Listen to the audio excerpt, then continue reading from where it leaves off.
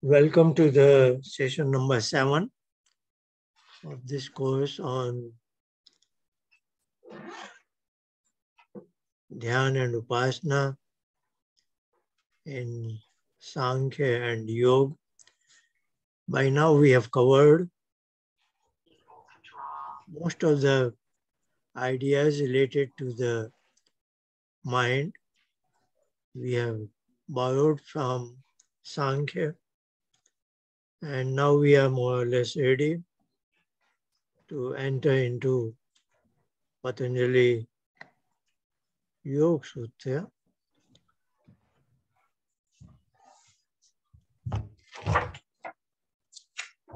We have also covered the 6 months of Yajurveda, and now we are fully equipped with our understanding of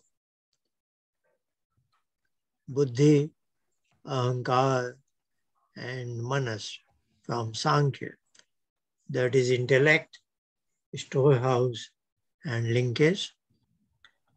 And last week we have seen that same Buddhi, that is intellect, is called Chitta by Patanjali. The same instrument has two names because during the process of yoga practice, I mean meditation practice, we are first interested in subduing the functions of thinking. That is what intellect, buddhi does. And when we have subdued those functions, still something appears on the screen, and that is chitta. So chitta is the same instrument what buddhi is, but at a lower potentials when it is not engaged in thinking. And the challenge in Patanjali's yoga is how to make even this chitta blank. That is what is chitta vritti niyodha. So we should be soon entering into a study of the Yoga Sutra. Today's session is devoted to an introduction to yoga. So we will see in the Middle Ages that in Indian context, it is post-Mahabharata period, in the last 5,000 years or so, when India went into massive decline, there was a tendency to say that yoga, the word meaning is union, that I want to be with that supreme consciousness. So that union of my personal tiny consciousness with the infinite supreme consciousness is called yoga. But then some people begin to say that there are different ways to realize yoga, and they term like Jnana Yoga means knowledge direction, Karma Yoga by action, Bhakti Yoga by devotion, Dhyana Yoga by meditation, and they introduced the term Raj Yoga, that is Patanjali Yoga. So Patanjali Yoga had two names, Dhyana Yoga or Raj Yoga. And then there are many other possibilities to achieve yoga. This was a mistaken idea, and that causes a lot of misunderstanding in many people's mind. This is not true. There is only one way to realize yoga, and that is what the Vedic literature, Vedas, Upanishads, Samkhya, and Yoga are talking about. And that requires, it's a multidisciplinary thing. It requires, as we'll see, In the first chapter of Patanjali Yoga, the two-pronged approach is Abhyas and Vairagya. Practice and some sort of renouncement, getting disinterested into worldly affairs, though living in the world. So Abhyas and Vairagya. Abhyas has connotation with action, Param Yoga, and Vairagya has a sense of understanding, knowledge. So all these knowledge, action, and Ishwar Pranidhan has the element of devotion. All these components are necessary to succeed in yoga, but these components are themselves not yoga as hinted by these terms. So that was a sense of misunderstanding that developed in India. Now in the modern times, besides this, many people talk in this terminology. People talk in terms of loose terms as yoga and meditation, as if these are two different disciplines. Actually, Patanjali Yoga is practice of meditation, but people generally talk as if yoga is different, meditation is different. And if you ask them more, by yoga they mean some sort of physical exercises or betterment in health. Maybe it includes some breathing exercise. What actually is called as Hatha Yoga. Now, Hatha Yoga has that suffix of yoga, but it has nothing to do with yoga. So this is a huge misunderstanding in the present times that we live in, that Hatha Yoga is being called as yoga. So the whole term of yoga has been muddled tremendously, and we have to be careful. And those who talk about meditation, they have a particular kind of meditation in mind, what is mindfulness. As the term says, if one honestly did mindfulness, that mind is filled with one chitta-vritti, that is called one-pointed state of chitta, ekagya avastha, that will correspond to Dhyana of Patanjali's prescription. But Patanjali Yoga goes to Samadhi, and there are some different levels of Samadhi. So as we see, Patanjali Yoga is authentic, is comprehensive, and also in practice is very simple. But there is a huge amount of misunderstanding. So shortcomings, even if somebody tried to study Patanjali Yoga, then also there are shortcomings, deficiencies.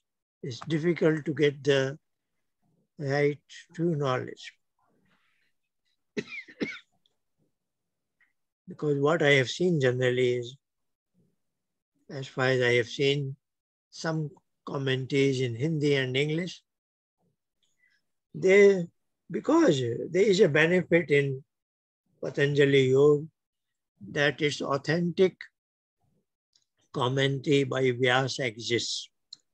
So commentary by Vyas is very, very helpful in deciphering what Patanjali Sutra, because sutras are very, very compact. So sometimes we need a help, and that help comes from commentary by Vyas. Both are in Sanskrit. So what happens is that there are a number of people who are fluent in the language, but there are certain shortcomings, but they don't realize it. Just because Patanjali Yoga Sutra and Vyas commentary both are in Sanskrit, and they have a good command of that language, they begin to translate it into Hindi or English. And as you know it, Just because you know the language, it doesn't mean you have the good depth of understanding of that discipline of knowledge. For example, you may be very fluent in English and say Einstein's book on theory of relativity is in English. It doesn't mean you can write a nice commentary on Einstein's theory of relativity. Because knowledge is just one part. The subject matter is very different. So a fluency in that subject is also required. But that is what has caused furthering the misunderstandings in this discipline of, this is very different, very beautiful discipline of yoga, which every human being needs it, but this has been made more and more outstationed as if it is far away. More you read, more you are getting further away. So first problem is the commentators are not fluent about mind as a whole, Vedic concept of mind. And that we have seen in Samkhya, particularly in its second chapter. Samkhya has 6 chapters. Second chapter deals with mind, and if you have not done it, you have not studied it well, you cannot do justice to Patanjali Yoga. And there we have seen a huge misunderstanding about the component of mind called Ahankar that I have translated as storehouse. Further, they don't have a good understanding about Chitta, and they go on writing on Patanjali Yoga.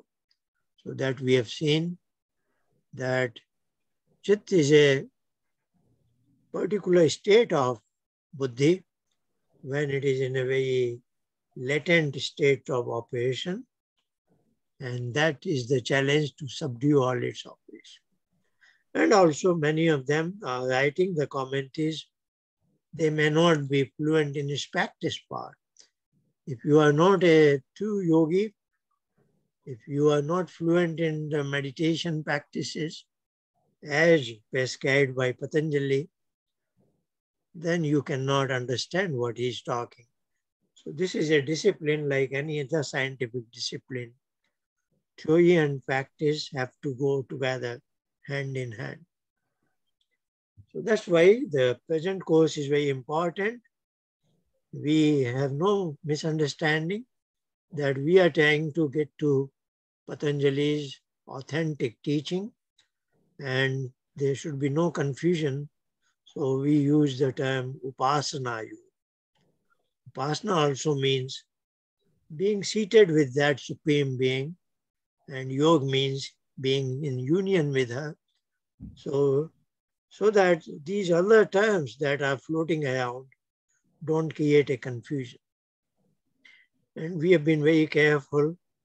We know that the message in the Vedas, Upanishads, Sankhya, Yoga, they are all the same.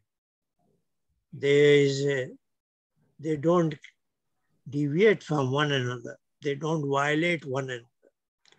So with that attitude, we have interpreted, as we have seen in the last 4 or 5 sessions, the whole concept of mind, buddhi, ahankar, man, as well as chitta. We have interpreted it properly using the most ancient literature. And we have been guided by a statement from Sankhya, Samadhi, Sushupti, Moksha, Shubham, Rupta, that shows the similarity between deep sleep and deep meditation, and also the difference between them. This is a very powerful statement because every human being has experienced deep sleep, profound sleep, deep sleep, what is called sushupti. So, right in our every practice session, we say that our objective is to bring my mind as it appears in deep sleep state, which everybody knows. When mind is absolutely blank. That is what is chitta vritti, but we want to do it in a sitting posture. So that way we have a very objective view of what Patanjali is talking and what we want to learn from his teachings. So as I say, there are 4 pillars of this particular course. First 2 we have explained, we have understood, namely Ahankara is the storehouse of our past knowledge, past actions, past experience. All those impressions are lying in the component called Ahankara that is next to the Buddhi. And Chitta is nothing but Buddhi, the same instrument, but in its latent mode when it is not in thinking operations. So these 2 parts we have already covered, these 2 main pillars of our course. And also today we want to say that the 3rd pillar of this course, and that is another shortcoming in the modern commentaries on yoga, they have not realized that Patanjali's prescription is not single but threefold. He is giving us 3 prescriptions for 3 categories of people. And this, nobody I have seen in Hindi or English commentaries, as far as I have seen. I have found a commentator clearly saying that this makes 3 categories of human beings, and Patanjali's format of his book is such that first it is category 1, then category 2, and then category 3. And where are the changeovers? Nobody is knowing this thing. So this is what we will be devoting this session on. What are the 3 categories of people, and what is the 3 different prescriptions of Patanjali? So we know what statement of Patanjali is applicable in what context. Otherwise, people they pick up one sentence, one statement of Patanjali and use it anywhere. That is not true. There is a particular context he is talking about. So his flowchart has to be understood, which is very scientific. So let's see. I just kind of a metaphor to explain to you what are these 3 categories of people. So I devote 3 slides on that. This is the first slide, and this is a very simple scenario. Consider 3 households of a mother and a boy, maybe a 4-year, 5-year-old boy. It could be a girl, no problem. It's just a boy, and it's slightly imaginary situation, because as you will see, it's not very realistic, but it is a metaphor, fiction, so to say. So she asked him to clean up his room. The boy plays with his toys, etc. Things are scattered. And she says, go to your room and put things where they should be. Just, she is training her child. Of course, the boy will not do as good as what mother would do, but she is trying to teach some sense of responsibility to the child. There are 3 scenarios. This is number 1, mother and boy. The boy does the work, returns and says, I have done it. Very simple. The mother asked him something to do and he did it. Now in the second household, the boy doesn't get moving, even when mother says that. Then mother offers some sort of inducement. Then the mother says, I will give you a candy when you do this work, clean up. Then he gets going and he does the work, returns and says, I have done it. And of course, he gets a candy in reward. This is second household.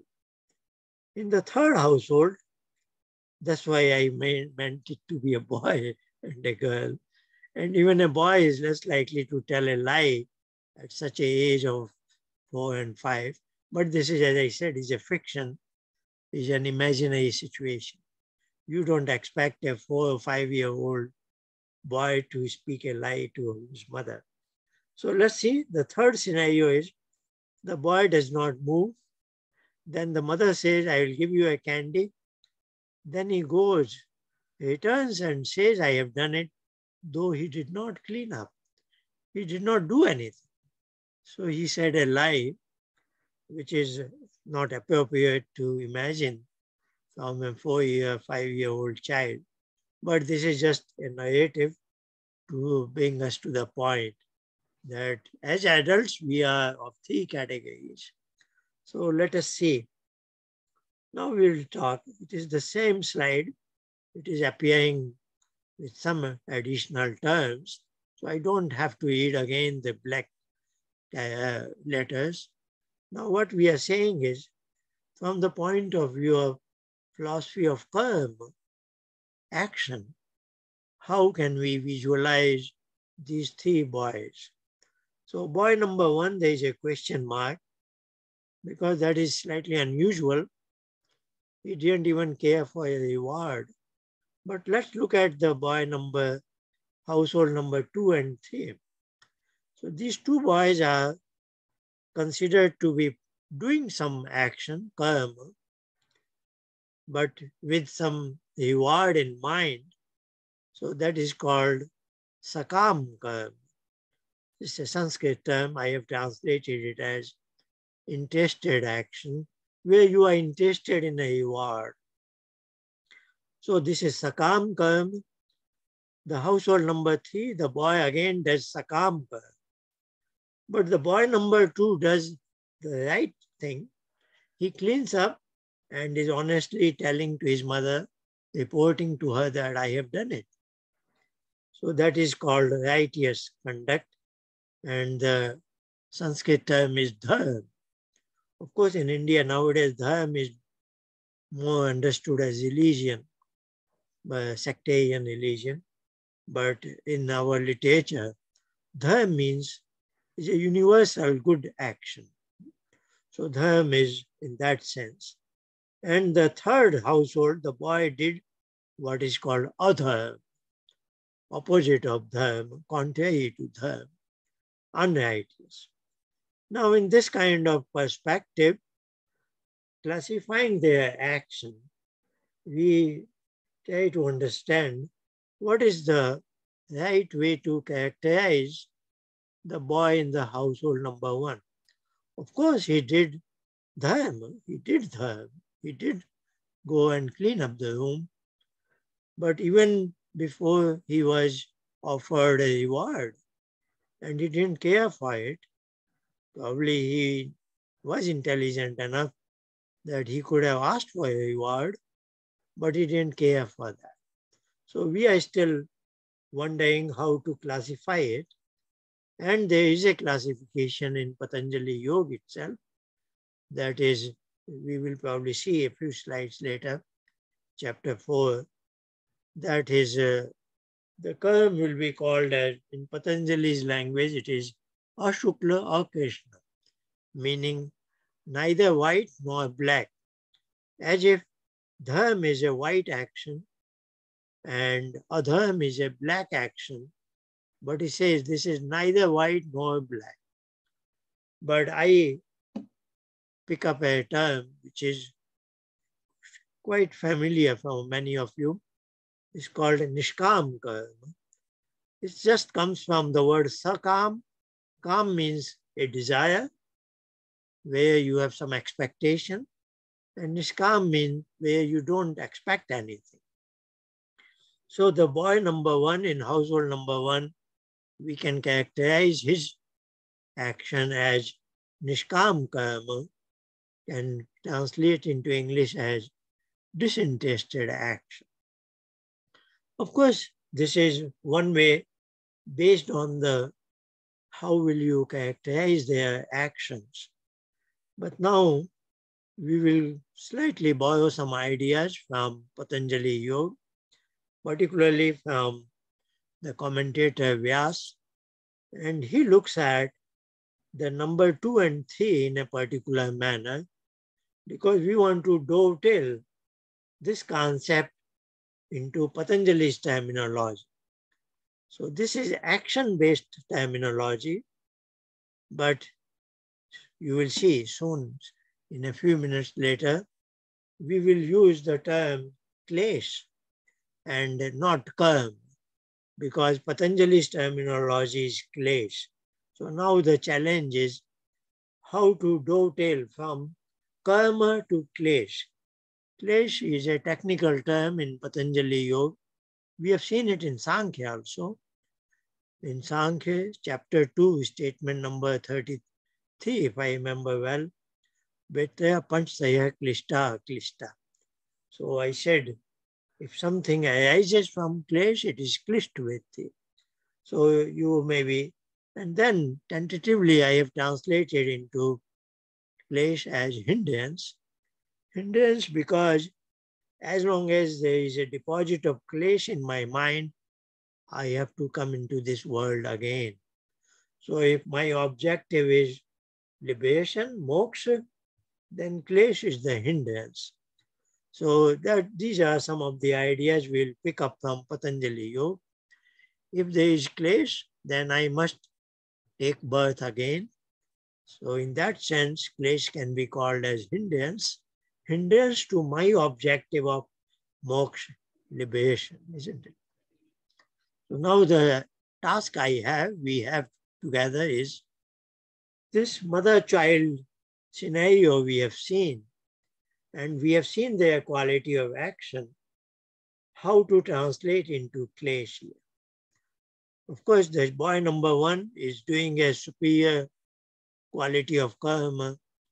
For him, if we ask him, why did you do it? He will say, I love my mother. She said something and I did it. So for him, his relationship with his mother kind of has the biggest kind of, I will say, driving force. So he doesn't bother about anything else. Let us see how all this happens, translate into klesh language. So we are now looking at, of course, we are going ahead of ourselves, but the idea is, in a few minutes, I want you to understand that Patanjali's book of Yoga, which is divided into 4 chapters and has total 195 short statements, and he has particular flow chart that he is following. Unless we understand what is in his mind, how he is moving from one statement to another, we can never capture his idea properly. So this is an attempt. This is a very important, desirable idea that I should understand, that Patanjali is prescribing. He is giving prescriptions for 3 categories of people and in 3 different manners, 3 different prescriptions. So without that, that's why modern commentators have miserably failed in translating Patanjali's teachings to the common interested people. So this is coming about worldly people. This is what is called wheel of the universe. This is Sanskrit term is Sansara Chakra. And this is a statement, Patanjali's statement, 4th chapter, 11th statement. I'm not going into those details. And Vyas commentary is only Sanskrit and only Devanagi is there. So sorry about that. But what I have highlighted, let me say one by one. So these words are Shadayam Sansar Chakram. Shadayam is a compound word. Shat is for 6. Ayam means spokes. So he's saying There is an imaginary wheel of 6 spokes, and he calls it as Sansar Chakra. Chakra means wheel, Sansar means universe. So he's calling it as wheel of the universe with 6 spokes. Okay, let us try to understand. Now there are 3 pairs of words here that have been highlighted. So I will deal with them one by one. I will come to my own words here, but I am showing you his one pair is rag and dvesh. Second pair is dharma and adharma. And third pair is sukh and dukh. Rag and dvesh, English translation I can say is our likes and dislikes and corresponding impatience that is obviously related to a past experience which I liked and now that is there. That could be my driving force that I want to experience that again, particularly if it is rag, my dislike, my like. So to experience it again, I do some action. I can do dharma as well as adharma. Like to get that candy, one boy number 2 did dharma, but boy number 3 did adharma. Their rag was, the interest was candy. And there is something called the law of karma. What you reap, you sow. What you sow, you reap. Or what goes around comes around, what we say. So the law of karma statement is, if you have done something dharma, it will bring sukh to you, joy and pleasure. If you have done adharma, you will be in pain and misery. So there are 3 or 4 pairs, rag, dvesh, likes and dislikes. Under their influence, you do some action that is dharma and adharma, righteous or unrighteous. And by way of universal law of karma, you get the rewards of sukh and dukh, pleasure or pain. So these are the words I am borrowing from Vyas Bhashya. So this is quite authoritative. And now we come here. So 6 spokes of the wheel. And as I said, rag dvesh is kind of a sanskar. Particularly, they are come within what is called klesh. So we are born because of klesh, because of certain sanskar. They are called as rag and dvesh. They are likes or dislikes that in the past lives we have been accumulating all this. And even in the present life, many new experience I have had, they are also leaving impatience in my mind. Under the influence of these impatience, they become my driving force and I do something to acquire the objects of pleasure and to get away from my dislikes, is it not? And when it comes to my actions, my karma, sometimes I do dharma and sometimes I may do adharma. Adopt some shortcut measures by harming others but getting personal gains. And there is a mechanism of law of karma. Nobody can get away from that. That sooner or later, my dharma will bring sukh and any adharma will bring dukh to me. Now, as I experience, when I experience sukh and dukh again, they again leave an impatience of rag and dvesh. Now again, I am back to this point here. Again, I do some action, dharma or adharma. Again, I get sukh and dukh. Again, they leave impatience of rag and dvesh. So even the moment I die, there are a lot of impatience. I must be born again. So this is not just a wheel for an individual, it becomes a wheel for birth and death. So when you are in this wheel, you are born again, you die again, and again you are born again. Because there are certain karma, that are accumulating in the later phase of my life, and they need to be rewarded. So I must be born again to taste their rewards, is it not? So this is Sansara Chakya, and most of the human beings are leading life like this. So they are like boy number 2 or boy number 3, or same, slightly mixed, whatever it is. So these will be called as worldly people now. So worldly people are of two types. If you are talking in black and white, good and bad. Those who do always dharma, they are always honest, they don't hurt others, they don't harm others, then they are dharmic, they follow dharma. Again reminding you, dharma is not illusion here. And then they are clever, smart, no, not smart, I will say cunning people who can adopt unfair means. They are adharmic, but both are worldly people in the sense they are part of this wheel of the universe. Now, as we will see, this is yet to be seen, but I want to introduce this term clash here now, so we can understand the flow chart of Patanjali. So both are those who are in the wheel of the universe, they are with clash. That's why anybody in the world has certain amount of clash. So nothing wrong with that. We are all, after all, human beings. So we always have certain clash, and that's why we start our life with certain amount of clash. Now, the person who is dharmic has clash, but he is still very careful not to do something wrong.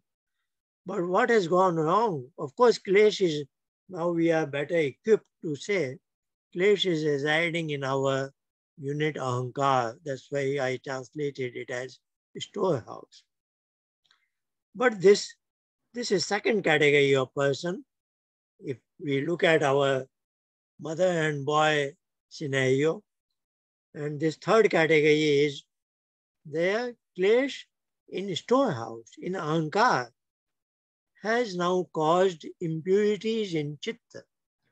So where the clash was residing in ahankar, second unit, but he has, over so many years of life, he has become so accustomed to adopting adharma, contrary to dharma, that even his intellect has picked up certain contaminants, certain impurities that we will call, as Patanjali will call it, we will see it, ashuddhi in chitta.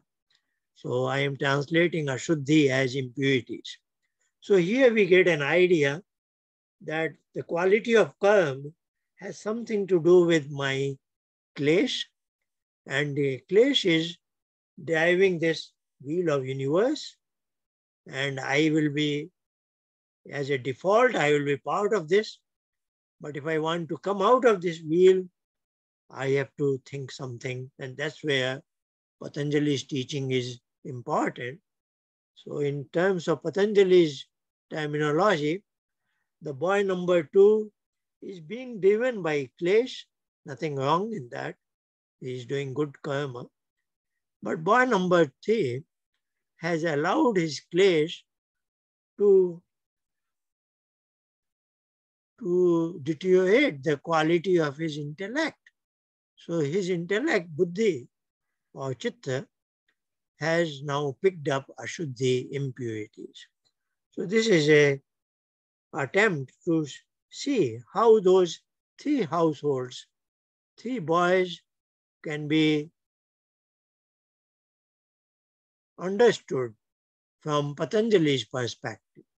So now we are coming to Patanjali's prescription for 3 categories of people. There are 3 slides I am devoting to it. Slide number 1. Of course, the basis is in Samkhya. Samkhya precedes Yoga. So, and I have tried to say that Kapil is Patanjali's predecessor, and I have shown you that statement, Vittaya, Panchaya, Klishta, Klishta. That is same in Samkhya as well as in Yoga. There are some more such statements.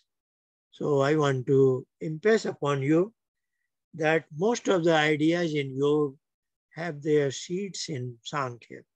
So once you get to become familiar with this terminology, it will be easy. And that's why it is so important to have a good understanding of Samkhya. And that is the major shortcoming. People have just written commentary on yoga, taking help from Vyas commentary, but they have not studied Samkhya properly. And that's why they make all kinds of blunders. So this is a statement in Samkhya, chapter 377, 3 echelons of qualification. So generally, human, that's how we are different from animals and other species. Any particularly talent or skill, there will always be 3 categories. One is average, one is above average, below average. So we should not be surprised. Superior, average, low, whatever terms you may use. We don't want to offend anybody. But original statement in Sankhya is Adhikayi Prabhedat Na Niyama. So the context is how much time it takes for one to gain liberation. So in that context, he says no time frame can be prescribed because everybody's learning is very subjective. Somebody takes less time, somebody takes more time. So English translation of this statement is there is no rule of time frame for a student's learning because of their aptitude and many other possibilities, interest, etc. That we are all familiar with. We don't have to discuss this at length. So based on their karma, people fall into one of the 3 categories. And now again I am writing, but I am using the language of Patanjali's Klesh. So we are all born with Klesh.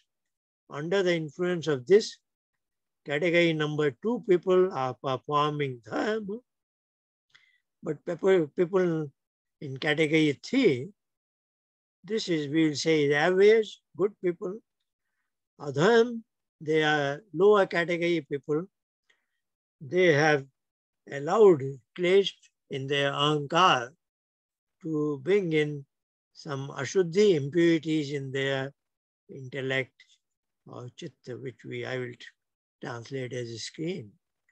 But both of them are, as we have seen in previous slide, by Vyas commentary, they will be called as sansayic people, worldly people. So we know it, in the world they are good and bad people.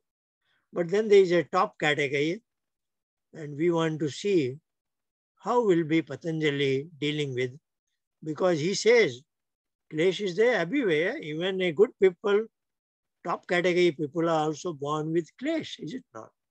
Otherwise, why did they come into this world?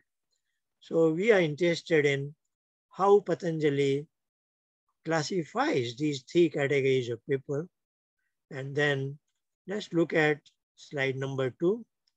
The similar words, but we have seen it now. That boy number 1 was classified by action was Nishkam Karma. And now we see Patanjali is saying he has Klesh, but that is very tiny. So he is now introducing a kind of a quantitative scale for Klesh. His word is Tanu. So we will come across this term. So those who have had some sort of reading of Patanjali, they might have heard this term. So in Patanjali's terminology, this person has Klesh, but that are very tiny scales. This is very important to understand because only in this tiny scale, this Klesh can be burnt out and then he will become Jivan Mukta. So unless Klesh is tiny, you cannot practice for liberation. So practice has to go to minimize Klesh also. While category 2, Klesh is not tiny, that's why he has to do something so that he gets classified. And of course, the hint is very clear. If he lives in the world with Nishkam Karma, then he is gradually upgrading his level and his clash will be tiny, is it not? But most of us are in this category. Clash is not tiny, but some people are not so careful and they habitually fall into the trap of these temptations of the worldly temptations, money, lust, and whatever you call it, all that. And their clash transforms into impurities in chitta. Of course, it is at a higher and higher level, clashes. So these are worldly people, category number 2 and 3. And category 1 is lives in the world, but in a detached manner. Yeah, and that's how he performs. And now if he adopts the Patanjali's prescription and practice, he can. But now, so there is a word here.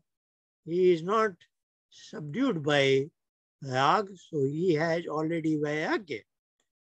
Now he has to do practice, abhyas.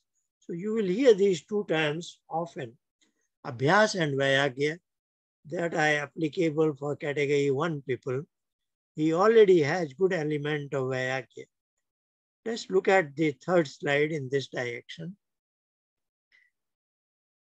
So, from quality of karma, we will say category 1 is doing nishkam karma, category 2 is doing sakam karma. With them, now I bring that statement that I heard, chapter 4, number 7, karma shukla krishnam yogina trividham itayesha. Those who are yogis, they do their karma is of nishkam karma type, category 1. And other people, itayesha meaning others, their karma is of 3 kinds, namely dharma, adharma, and mixed. We are not going into fourth. We want to make things simple. So we say categories 2 and 3 are worldly people that we have seen from the commentary of Vyas about from 4.11. 4 statements later, we have seen a statement by Patanjali and commentary by Vyas. Now I want to give you an idea why Samkhya is of a particular nature and why Patanjali Yoga is a particular nature. Let's look at it. So elements of Samkhya, as far as I can understand, most of the population that time were in category 1, but some of them began to fall into category 2. So Samkhya has a particular style.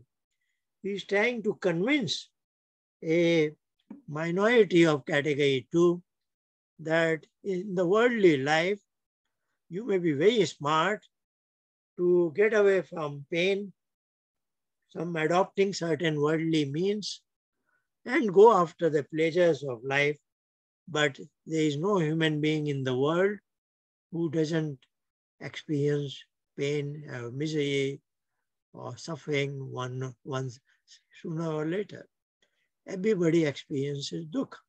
If you adopt worldly life, if you are part of the sansara chakra, there will be dukkha always, however smart you are, isn't it? So that's why Patanjali is Kapila, author of Samkhya, is trying to convince those who are adopting the worldly life that this will not help you. The only way to get away from all kinds of pain and misery is to stay as category 1 and adopt certain practices that is called yoga practices. So that was Samkhya. Many thousands of years later, probably, time and Indian ancient history is unusual. It is not quite evolution, it is mostly devolution. Human quality is deteriorating with time. So that has to be taken note of by all other scientists, philosophers, where they always talk in terms of evolution. But what we see in ancient Indian history is mostly devolution. So now we see Patanjali appearing on the scene, and he writes his book because what he must have found is not only there are people in category 1 and 2, but some category 2 people are even deteriorating and degrading to category 3. So that's why Patanjali Yoga is more relevant today. Of course, Sankhya is also very important for us to get a better groundwork, what mind is and all that. But Patanjali Yoga is directly relevant to us now because today's world is also category 1, 2, and 3. I cannot visualize fourth category because worst is worst. What else? But of course, today we'll say category 1 people must be in very minority.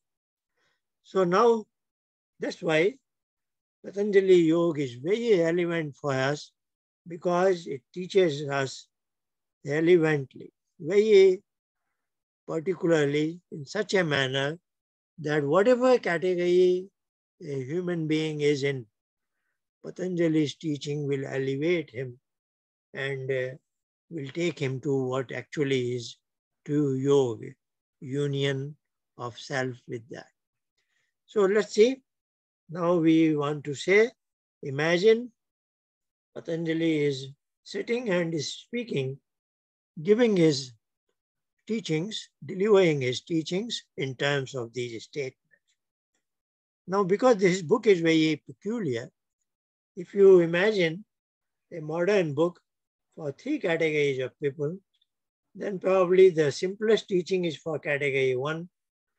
The most complex thing is for category 1. So you will probably build up from basics to complex ideas, is it not? But Patanjali book is upside down. He talks first about category 1 people, then about category 2, then for the category 3 people. So you may have this kind of a scenario in your mind that Patanjali speaks on you. Now those having obtained the message that was relevant to them, if somebody is category 1 person, he gets his message, then he goes away because he understood what Patanjali is talking. But others are left behind. Then Patanjali realizes, and of course he knows it, that for the category 2, I have to say, give some additional instructions. Then he says more. So then category 2 person thinks, okay, I got his teachings, I have the manual, I can follow it, I am fine. But then category 3 is still confused. So Patanjali goes on talking more, is it not? So that's the way he is doing it. As you know, his book is 4 chapters. First is called Samadhi Path, second is called Sadhan Path, third is called Vibhuti Path. These 3 terms appear here. So first prescription is called Yoga, pure Yoga. That is covered in the chapter 1, 51 statements. But even here there are subcategory A, B, C. It is very likely somebody will say, in the very early part of the first chapter, okay, I am comfortable. I know how I should lead my life. So within category 1, there are 3 subcategories, A, B, C, which I will point out slightly later. But as we noticed previously, this is for category 1, whose klesh is very tanu, tiny.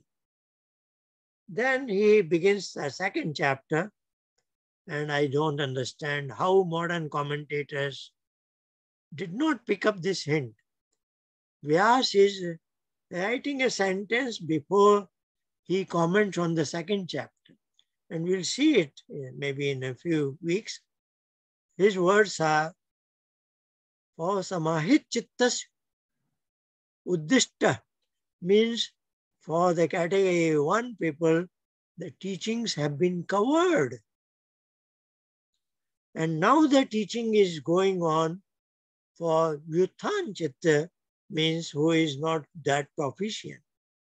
He has written it clearly. Still, people have missed out such a sorry state of affair we have. So now he begins the second chapter. The prescription is Kriya-Yoga, up to about 27 statements. Place is not tiny. Place is not Tanu. But here, you should not go with the misunderstanding. Kriya-Yoga is like an appendix to yoga in the sense the category 2 person takes benefit of it, not that it is complete by itself. Now that puts him into category 1, so he can benefit from chapter 1. In other words, for category 2, the message is the whole chapter 1 plus this is kind of an appendix file. Now comes chapter 3 for the category 3 people whose chitta has become impure. So of course now there is a moral instruction of yam, ahimsa satya aste brahmacharya paigya. That was not required for category 1 and 2 because they always were on the side of the dharma. These people are tempted to get to the adharma. So he gives a moral instruction about yam and all that. So that message teaching is called Astanga Yoga. In the second part of the second chapter and third chapter. Fourth chapter is a kind of a philosophy of what is Kevalya, liberation, Kevalya path. Okay, so this is where we are. Now next time we will begin with Yoga first chapter, first statement.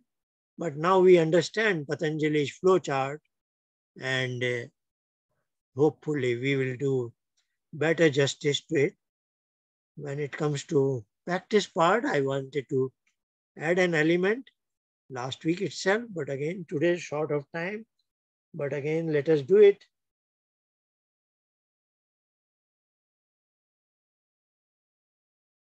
So, this is, I am quoting from, this is, I am borrowing it from my Dayanand Satyat Prakash. English translation is called Light of Truth, third chapter, where he is quoting a couplet from Manu. Apam samipe niyato natyakam vidhimastita savityam api adhiyitya gatvayanyam samahita. So what Manu is saying, let me read the English translation. Every day, natyakam. One should go into woods, gatvayanyam, near a water body, apam samipe.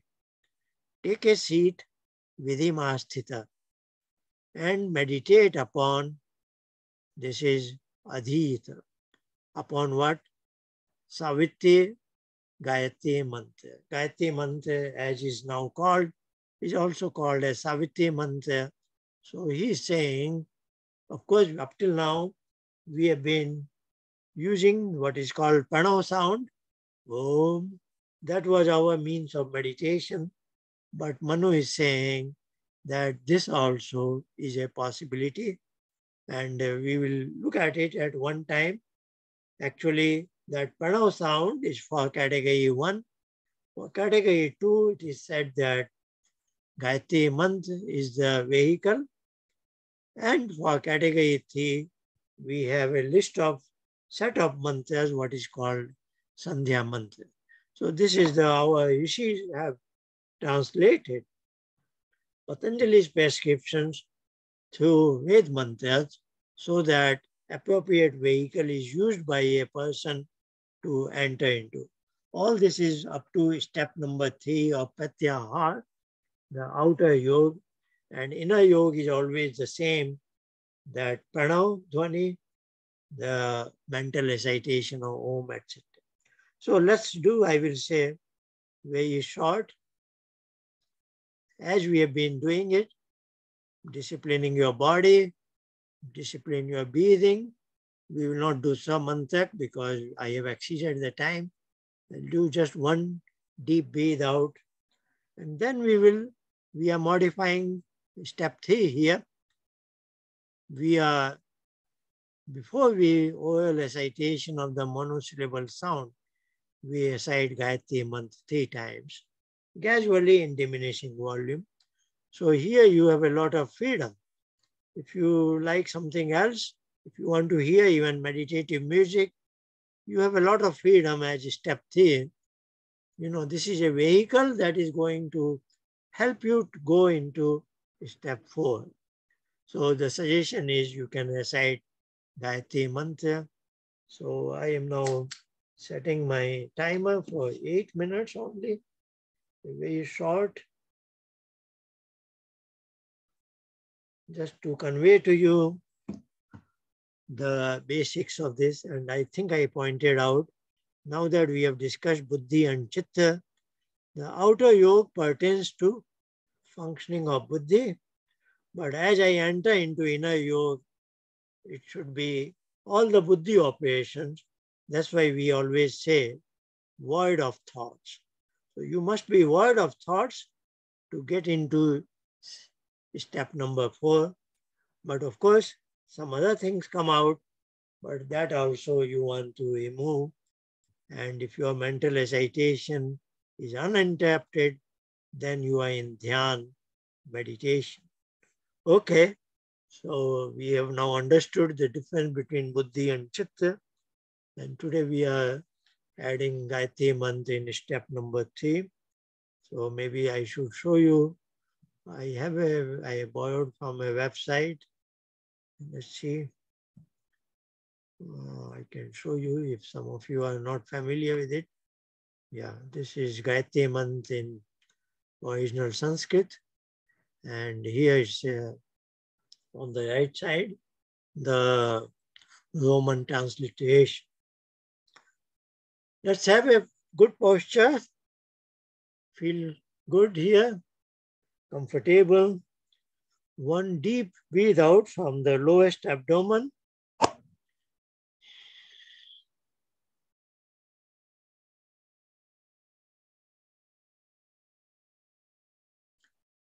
We recite Gayatri Mantra 3 times in diminishing volume. Om Bhurvuvah Swaha Tatsaviturvarenyam Bhargo Devasya Dhimahi Dhiyo Yona Prachodayam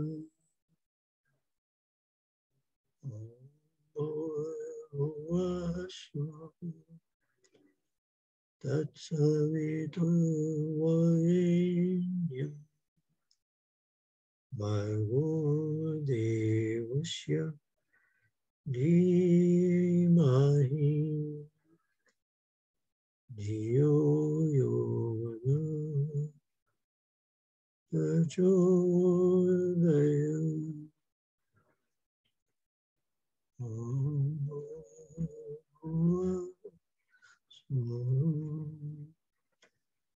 Tatsaviturvarenyam Bhargo Devasya Dhimahi Dhiyo Yona Prachodayam.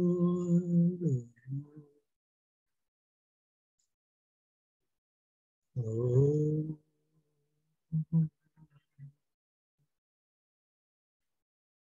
Om. Om.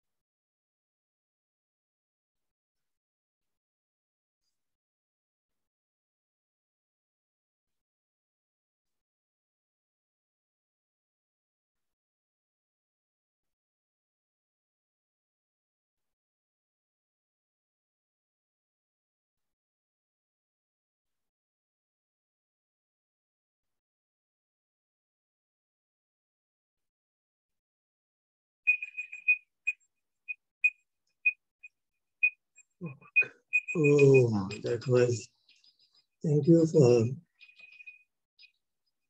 joining me for the meditation.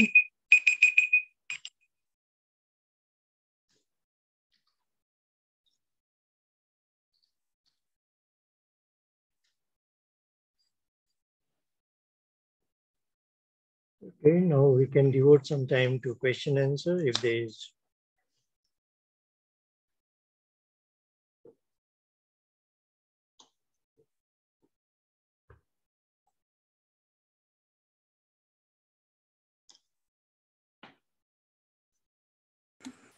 Yeah, so I think I know the answers to this question already, but I'll ask it anyway.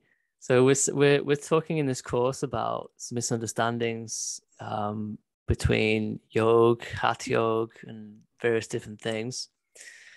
But as I understand it, there's no regulatory body or council of people who are protecting any of this knowledge, right? So, for example, if you're thinking of physics, there would be a national council of physics who would say, yes, this is correct, and all of the textbooks should say this and define it as this. There's nothing like that, as I understand it, for Vedic philosophy, yoga, Patanjali yoga, any of these terms.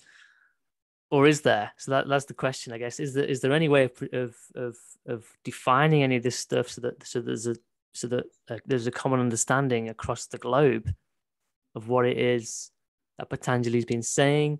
You know, the three categories, the difference between Patanjali's definition of yoga and what is the modern day definition of yoga in terms of exercise. You know, I think modern day yoga is even probably closely linked to Hinduism now versus Patanjali yoga, which was before, I think, Hinduism. So there's a lot of stuff out there. It's like a big soup bowl of stuff which people are swimming around in and taking bits of and using in various positive ways. But there's nobody kind of regulating or you know, critically analyzing and defining any of this stuff so that people can actually have a clear path if they want to follow.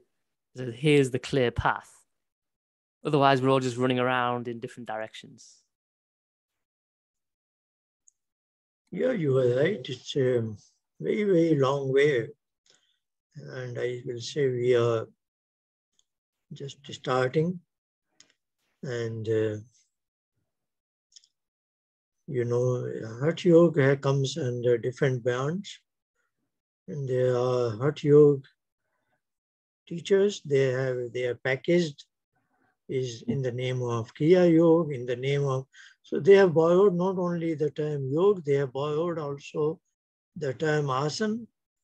Asana actually is Sthira Sukham Asanam, a comfortable posture that you can adopt unwavering to facilitate meditation. But their exercise posture is called as asana, where they are not comfortable postures for meditation. So, you know, the Patanjali's terms are being used in a wrong manner by all, but as you said, there is no regulatory body there because there is no awareness. So that's what we are, I think we are a long way. Now I am pained to say that people are teaching us Hatha Yoga and they are saying it is from Patanjali Yoga. They are even claiming that. So things are terrible. And even those who are writing on Patanjali Yoga, as I have said, there is so many shortcomings. So if you look at a man on the street, there is a total confusion. Yeah, we have a long way to go, but this is the objective of the course, to bring this awareness. And this is a kernel, this is a seed, I will say. Let's see how do the things develop in future. Maybe it will take a few decades, it takes a generation. Some new people have to come out. First is very important. Let's get to understand what is Patanjali Yoga. And those who are doing that, I think, if the true light has its strength, then that will dispel the darkness by itself. We don't want to say anybody doing anything wrong. It's just they are misinformed people. It's not that they have any bad intentions. It is just that the true knowledge is not there. But Acharya, I think what Inigo has done today is a question that all like-minded people, and especially those who are a bit awakened like you, I think it needs to be given some thought.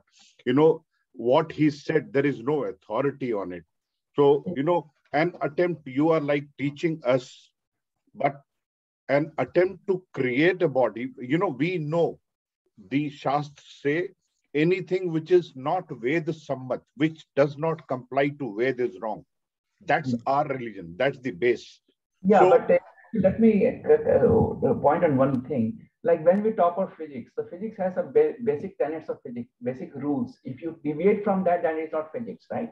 Similarly, spirituality has the basis Vedas and the basic principles. Once you deviate from that, then you are not doing things according to the correct. Right. This is what I said. But if what Inigo said, if there is an authority, there is an educational board in India, let's say, it decides this syllabus, and anything out of syllabus, they say no, or they say yes, right or wrong. So an authority which really represents our Ved in a right way, that is what probably is a great thought. Yeah, that if there is a society which consists of people who are aware of, like Acharya, who know what is a Ved and not, and then with an authority, they can say, and they can give a public comment that this concept taught in this way is wrong, it does not comply to Ved. Basically, so that was the thought by Inigo, and it's a great thought, Inigo. Yeah, that is what I'm saying, that there are basic tenets of Vedic philosophy. And if once we deviate, like he use the word Hinduism have nothing to do with this, right? Hinduism, they do all kind of idol worship, which is, as for Veda, it's not allowed.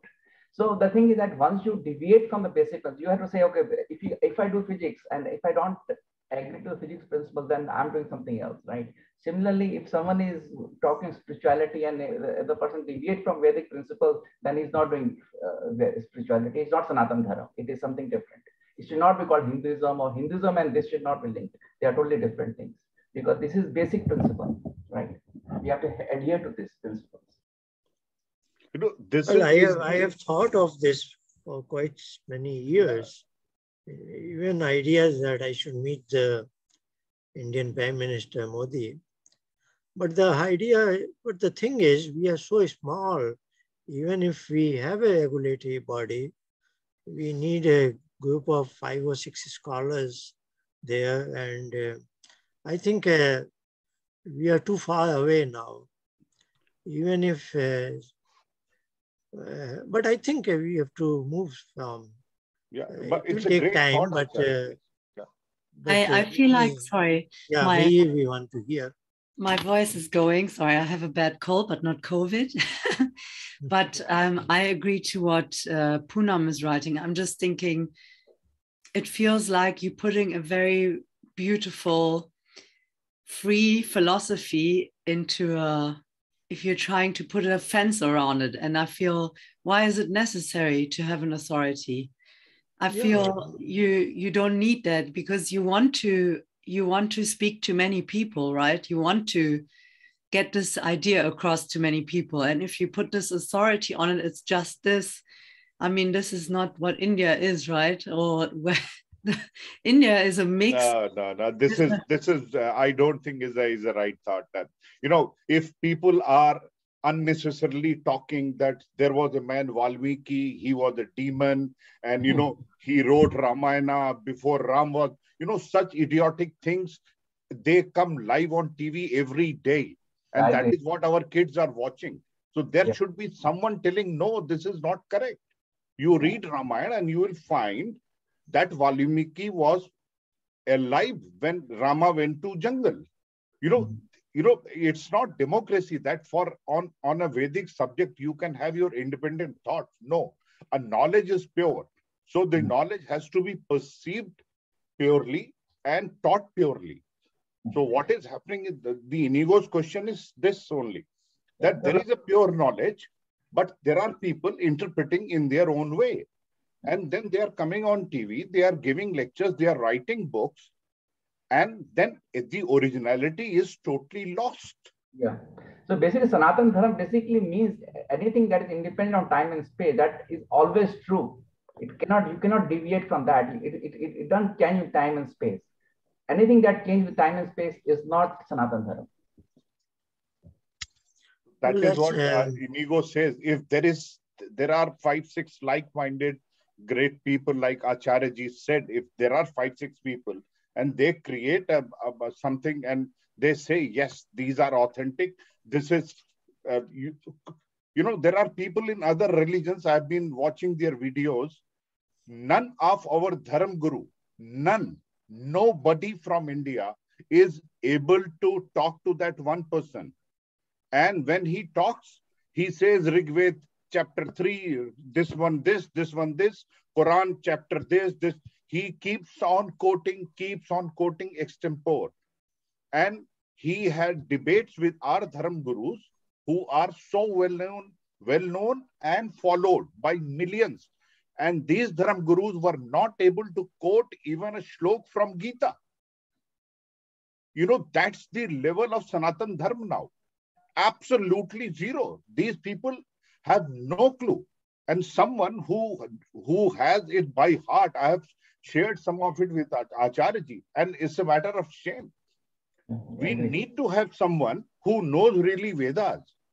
And, at least Veda and Upanishad, and then Gita maximum. Because anything beyond Gita is not to be trusted. I agree. So the thing is, what Acharya-ji said, he wanted to meet Modi, I think is a great thought, sir. I mean, if you have, even in Arya Samaj, if you have 7-8 people and that group could be declared that these people have read Ved. But I don't think that is going to work. But I have a question, in past also, we never had any, from our rishis and sages and munis, nobody had any authority or something, those who seek the truth eventually. See how we have come to Acharya-ji. Nobody knew about it. So we know that the quality, something is there, we come here because we have been through all those other things and all. I don't go to all those kinds of, which look very distant, because Acharya-ji is doing it. It's very, very original, pure, and very, very well presented after doing many years of studies and research and all. So eventually it will take for, then people will come to realize and differentiate, because it is very hard. India is such a big country with so many different sects of religion, Jainism, everything comes into spirituality and Sanatana Dharma. It's all topsy-turvy, So it becomes very difficult to have a clearly marked this thing. So those who are seeking and who are on the path of spirituality, they say, no, you go one step, so God comes to pick you up for 10 steps. So eventually you go on the higher path. Because I also always think about it that our main Vedas and Upanishads and Gita, they are not done in a proper, authentic manner. I know that. No, let's hear there is no authority. Now, Devanji has something to say. Devanji. If we are in UK, when I came in UK, and there is a test known as Life in UK. And in that, there is a question, what is Deepavali? Okay, and then that Deepavali is defined and is celebrated in a big way in Leicester. Now, I just read few pages of Ramayana written by Valmiki. Dashahara and Diwali have nothing to do the day Ravan was killed or the Ram came back. Now, if I tell this fact to my son or a group, they'll come and beat me up. They say, you are an idiot. The whole world is saying Rama came back and then that day was Diwali. And Valmiki, if you read his Ramayana, he says, Dashahara is not the day Ravan was killed. Diwali is not the day Ram... now these facts have been established in such a way, they are published in books and, they are being asked in your examinations. And if you deny them, you might have a revolt. So No, things I have gone so forget bad. forgot everything. If you tell someone then Diwali you should not use firecrackers with pollutes air, they say it is you're against our religion. The thing is that the firecrackers were invented by Chinese. It was not even invented by Indians. So how it can be part of Diwali, the firecrackers? I don't know. Okay, I think we are about to end the session. We can hear something from Devendraji. Acharya, in fact, when we go and study Ashtadhyayi, we are your told sound that is the not biggest coming clear. certification for आप any अपना video confusion. बंद कीजिए तो देखते हैं शायद आपकी sound नहीं आ रही है. Maybe you switch off your video, then maybe. I think, can you hear me now? Yeah, better. In fact, when we go and study Sanskrit, we have been told that the sutras are the biggest certification for any confusion. You can go and refer a sutra, it will explain you the whole concept of it. So in the same manner, whatever is written in our Vedas are the most certified thing. We have to just go in toto and believe that. So that is the biggest certification that we have. That doesn't get the philosophy deviate from its originality. You know, the problem begins with everybody knows Yoga Sutras, but 5 people interpret in a 5 different manners. So who is right? That is the question. So it's not very easy to, of course, I am claiming that I know Patanjali well, but many people may not agree with me. So, you know, things are not in black and white. I think we have to have patience. If we are right, then time will tell it, is it not? And I think it is just a beginning, because as I said, all the existing commentaries on yoga are lacking. They didn't know Chitta. You know, they didn't know that there are 3 prescriptions. So, of course, you cannot now interpret Patanjali properly if you don't know in what context he's talking and all that. So, it requires in my case, it is a lifetime.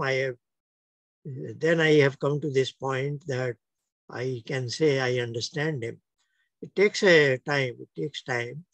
But say, if we make a group of people, you know, this is how a seed will grow. So if we do anything fast track, then we will be another bunch of people like others. So let it take time. I don't worry about that. But now I think we have made a start. This course, Hindi version is going for the 3rd time. English version, this is the 1st time. And this I will try to make it within 3 months and then continue to offer it. I'm sure many people will add to it. And more important is not just talking, we have to adopt the Patanjali's practice in life. Then only it comes within us, you know. And then others will see it. They will tell you, they will ask you what kind of things are helping you, you know.